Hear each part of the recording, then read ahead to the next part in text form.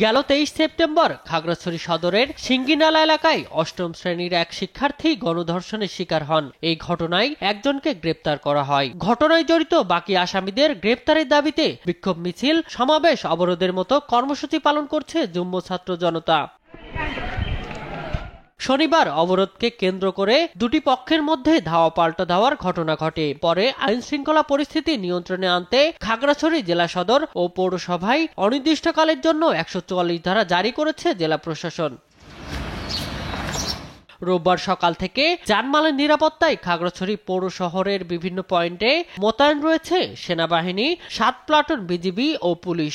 অবরোধের কারণে সব ধরনের যান চলাচল বন্ধ রয়েছে। এই সময় অবরোধকারীদের সড়কে ব্যারিকেড দিয়ে পিকেটিং করতে দেখা গেছে। বর্তমান পরিস্থিতি অনুযায়ী অথবা আশাটা পূরণ হবে না, আর এইখানে নাকি পরিস্থিতি ভালো না, তো মনে হয় না সাজেক যাওয়া হবে। এখানে এসে জানতে পারলাম যে এখানে অবরোধ চলছে। এখানে এসে আমরা খুব ভয়াবহ বিপদের সম্মুখীন হয়েছি। ছুটিতে আমরা পরিবার পরিজন নিয়ে একটু আনন্দ বা একটু অবসর সময় কাটাবো, কিন্তু এই সাজেক তো আমাদের বাংলাদেশের মধ্যে একটা সবচেয়ে ভালো জায়গা, ফ্যামিলি নিয়ে ভ্রমণ করার জন্য।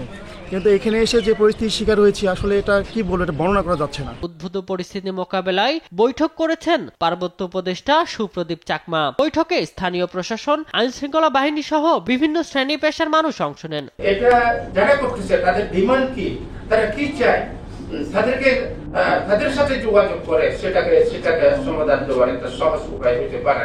এদিকে আইন শৃঙ্খলা নিয়ন্ত্রণে আছে বলে জানিয়েছেন এই কর্মকর্তা।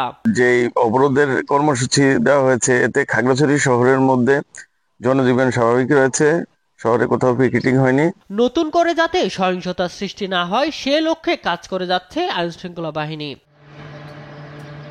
শামীম হোসেন, নিউজ ডেস্ক, দেশ টিভি।